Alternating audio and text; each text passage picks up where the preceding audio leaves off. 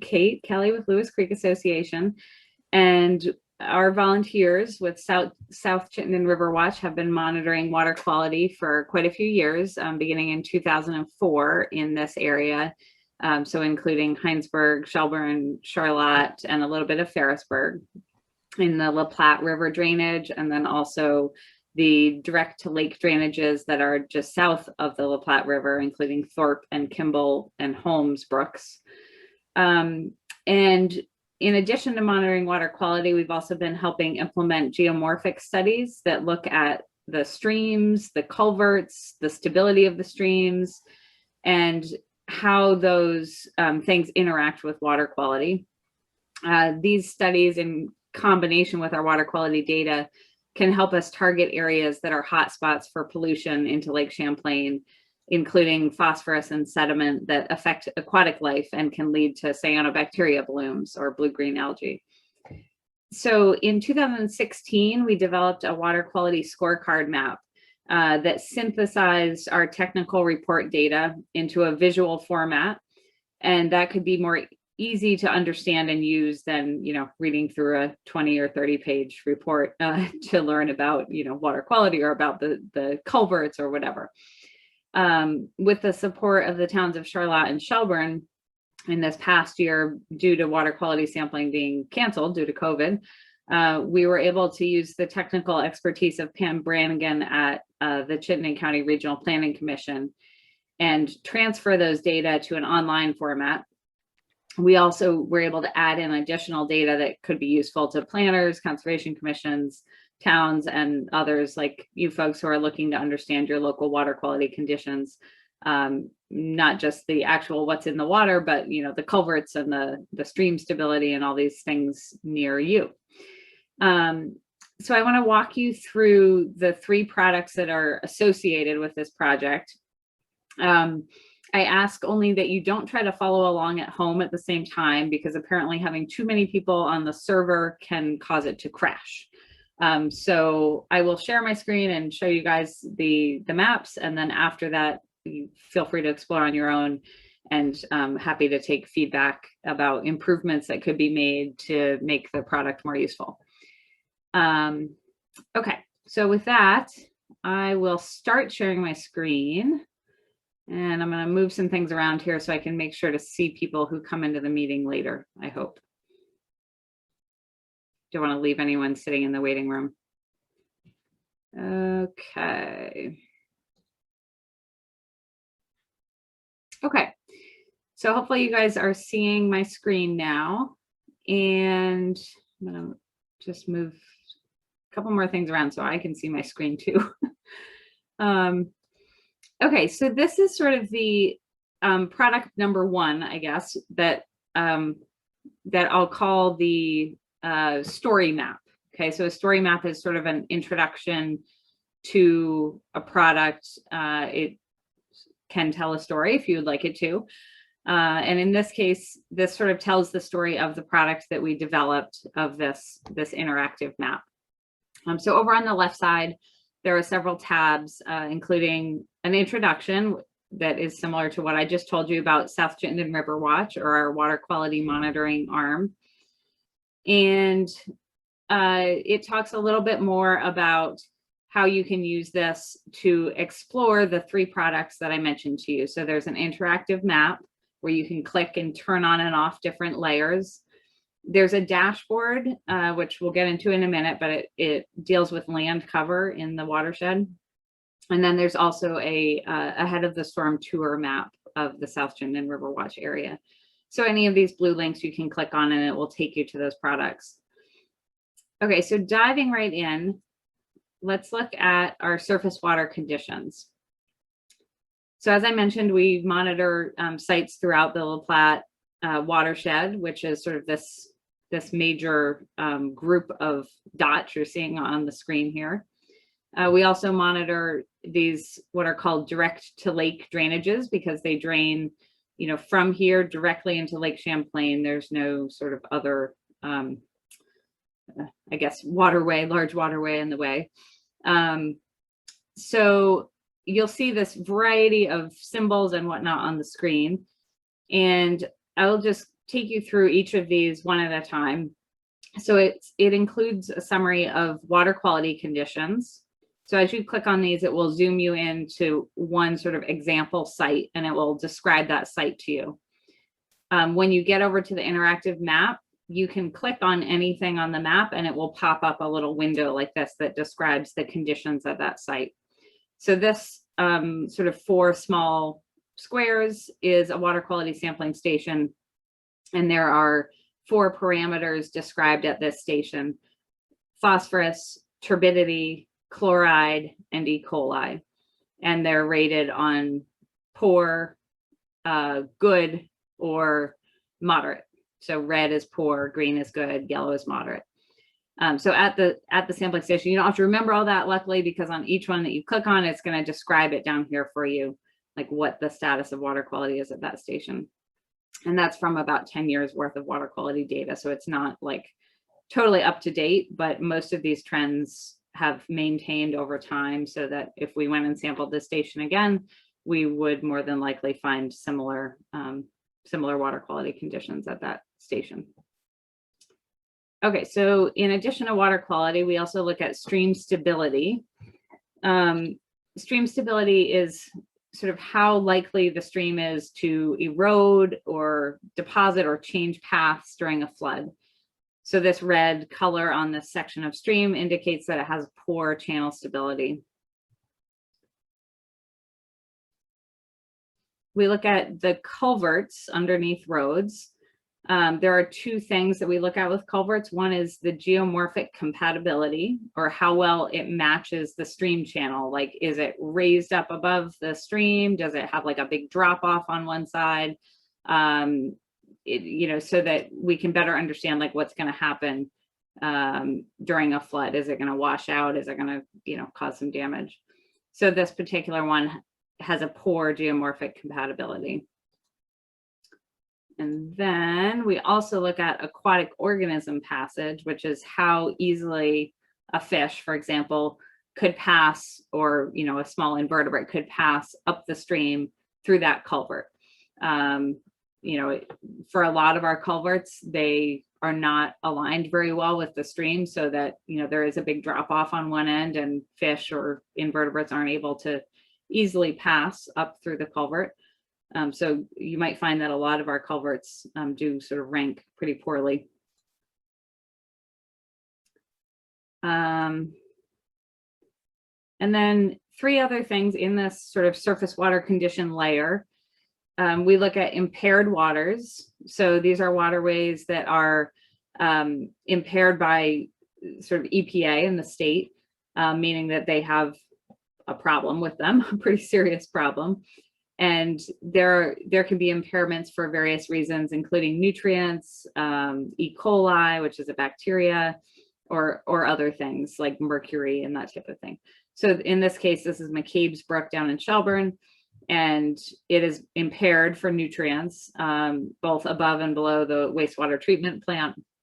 And you can click here on this link to get more info on that, where that information comes from. And then sort of the step down from the impaired waterways are stressed waterways. So ones that are maybe on their way to impairment or have some other problems. Kimball Brook here in Charlotte and a little bit of Ferrisburg is stressed for turbidity, which would be the amount of sediment and whatnot in the stream, and for nutrients. And they sort of describe what the problem is in this case: pasture, barnyard, and lack of riparian vegetation. And then the very last thing on this layer are the landslide locations, which is kind of interesting. This was a recent report that came out. And, this would be a landslide that's in or near the stream. And there's a little description here. You can go through and read all about landslides and click on more information to get to that report. Okay, so let's see. You can also type in on the interactive map your actual location, and I'll get there in just a minute. I'm going to take you there right now. So we're going to go to the interactive map for just a minute so you can kind of understand how this, like what you're looking at now, relates to the actual product, the actual interactive map. So if you click on some of those links in there for the map, you would be brought to this page. I'm going to close this little about screen. You can see this looks very similar to what you were just looking at. You have here a legend that describes some of the things we were just talking about, the colors on the, on the screen. You have this is sort of a little water symbol. You have some water data. Again, like some of these are aquatic organism passage. Again, it describes what's shown there. And you can use your mouse to turn these on or off if you don't want to see them or do want to see them.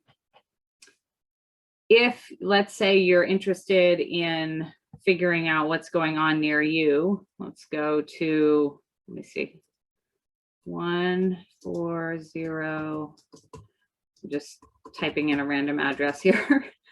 Let's go to Tracy Lane in Shelburne. So you can type your address in up above. You get brought to this location. It's a little slow to load. You have to be kind of patient because the map is just like, there's a lot of stuff going on here. So it takes a while to load up. But if you want to zoom in on your location, then you can click around and see, okay, oh, here's some water quality data right here. What's going on here? Oftentimes when you click on something, you'll see that it highlights a lot of stuff because there's like, let's say there's 6 or 8 different things on that spot that you clicked on. So right now it's thinking that I've clicked on the stream center line. I don't really care about the stream center line. Honestly, I want to know what the water quality data is. So this little arrow here will help you get through to what you want to see. So you use the little right arrow, next feature. And so now it's taken us to the water quality data here on McCabe's Brook. And it's saying that we have poor phosphorus, moderate turbidity, good chloride, and no data on E. coli. So again, then you could use the same symbol to go through and look at the landslide or the, now I've clicked off it. But in any case, you could see, what the stream channel stability is, the culverts, all that stuff near your house. Okay, so maybe I should take any questions on that right now, and then I'll go back to the story map and look at a couple other things. Anybody have any questions about that, how that all works? Okay. So let me take you back here and we'll go to the next little section, which is land cover. So, understanding how land cover obviously interacts with water quality. And, a lot of impervious surface, for example, can cause decreases in water quality. We felt it was important to be able to understand, and to look at these connections between the two. So this gets a little complicated. I'm going to sort of touch on the basics because I don't want this to be a super long training and bore everyone. But with the land cover data, we actually have this separate dashboard, quote unquote. And the dashboard has a little pie chart over here on the right that changes as you change sort of the area you're looking at on the map. And it will describe for you, like in this case, it's a little hard to see, but what percentage of the cover in this area is water, bare soil, grass, urban, and forested canopy. Grass shrub obviously could be hayfield, it could be somebody's lawn, like that all sort of goes into that category. There's also additional or supplemental land cover. This, like, for example, the grass shrubs layer is actually like a compilation of a bunch of different land cover types. So if you really wanted to dig into it and figure out like how much is hay versus, lawn, you could look at the supplemental land cover tab down here on the bottom. And that would take you into like more detailed understanding of, is it deciduous forest versus coniferous forest? Like you could really get into the weeds, no pun intended. So you can also zoom around here within the map. So if I were to zoom in on this little area, eventually, again, this is slow to load because there's a ton of stuff going on, but you'll notice that this little pie chart over here on the side just changed to reflect a different percentage of tree canopy, urban, soil, bare soil, water, and grass shrub. So that can be just sort of interesting to explore and look at, say Heinsberg versus urban Shelburne, to see how those things interact. Okay, I'm not going to go into that anymore because it can be a little overwhelming. There's a lot of data there. But that is sort of its own separate tab. There you see it within the story map, but there's actually its own, if you click on the link, it'll take you to like your own screen with that on it, so you can explore a little more. So we also looked at land use within an area and included municipal regulations. So within each of our, what we'll call our sub watersheds, which are essentially the areas where we have our sampling stations on the, on the previous map where you were looking at the 4 small squares. We took those data and analyzed within a sub watershed the percentage of wetlands, which I'll just go ahead and click on right now, and you can kind of see what that looks like. So in this case, it says LP5 analysis area. So that's from essentially Carpenter Road on the La Platte River up to the wastewater treatment plant in Heinsberg, like that sort of large area of the watershed.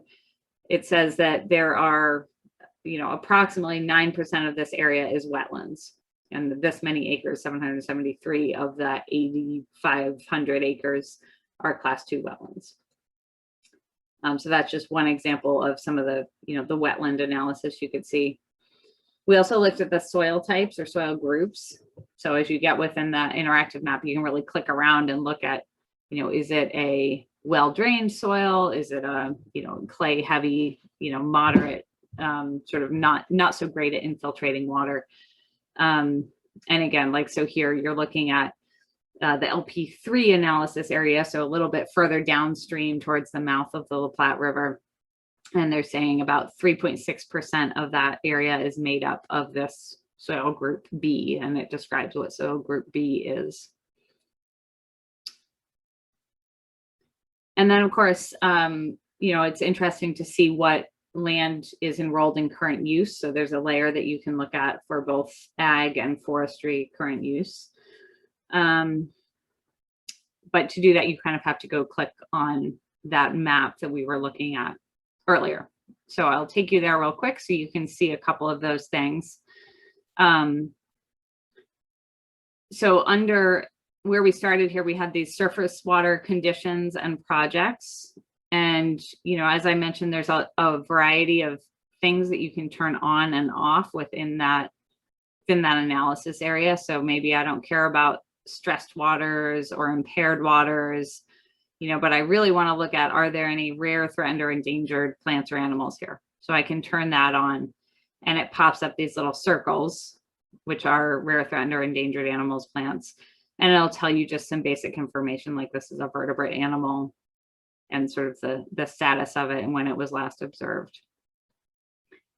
And so same thing goes for these other things. You can look at wetlands, wetland advisory layer. You can look at the soil types. All those things are within this tab, if you will. If you come over one tab, you get into land use and land cover. And here's where you can look at protected lands, like under current use, your zoning districts, and municipal water protection buffers. So how wide, for example, is the buffer on the La Platte River in Heinsberg versus the La Platte River in Shelburne, that type of thing. And for some reason, those seem to be the same. I'm not quite sure why that is, but the base layers,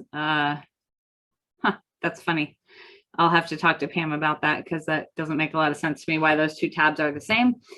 But regardless, I will take you back one more time to our story map just so we can sort of wrap this little section up. The last thing on here is a story map about our Ahead of the Storm project, which has sites throughout this same watershed, Heinsberg, Shelburne, Charlotte. And it gives just a brief overview of each of the sites in this, in this area. You can click on, sites near you. You can see a quick summary down here below and a photo on the right. And then there's also links to more detailed information on each of those Ahead of the Storm sites. So I think that is all I have on that. Be happy to take any questions. I know it was a ton of information I just kind of threw at you. But would love to hear, if you have any initial feedback or if you have questions, would love to take those now. So I have a question. Yeah. Is this, on A&R's website, they have all those layer maps that you can do, like the brown fields and all that jazz. So this seems very similar. Is it the same system in a way? So like all the quirks and expectations and the loading times and everything that I know from those maps, should I be expecting those from these as well? Yeah, it's similar in that, a lot of the data and the layers come directly from that, it's through the VCGI, which is, I forget exactly what it stands for, but it's like their GIS, Vermont's GIS system.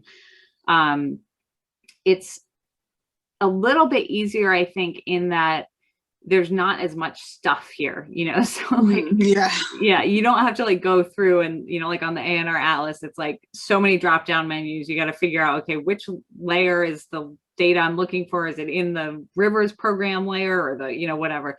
So here it's sort of like all compiled, but it is a little slow to load. Like there's just a lot of data. So it's not super fast. But I don't know. I mean, on my connection, I don't have any major issues with it. It seems to plug along okay, but I think you have to be patient a little bit and be like, okay, like I know this isn't just gonna like zoom to the area and be perfect. You kind of have to give it a little bit. No, I'm excited. I actually play around on the A&R maps for fun. Like I love that stuff so much. It's so fun. So I'm excited for this. Good. Yeah. No, I like that stuff too. It's fun to just go explore different areas and like see what you can figure out. Area of the world's going to kill me today. Yeah, Kate, are you recording this training? I am. Oh, yeah. Good. Because I hope I am anyways. Yes, I am. For me, you went through it really fast and it was really interesting, but I would love to go through it again and maybe a third time too, so I could feel like I really understood it and then even stop and play with it. Yeah. I think that's helpful to just like sort of have it open on the side and play with it as you go. Yeah. Great.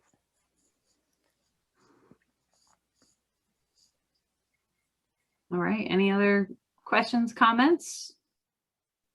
Super.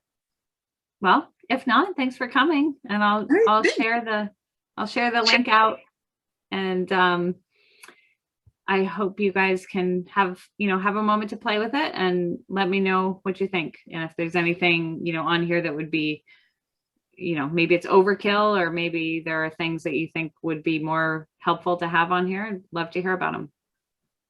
Okay, great. Thank you. Okay, thanks everybody. Bye. All right. Thanks bye. a lot. Yep. Bye. Bye.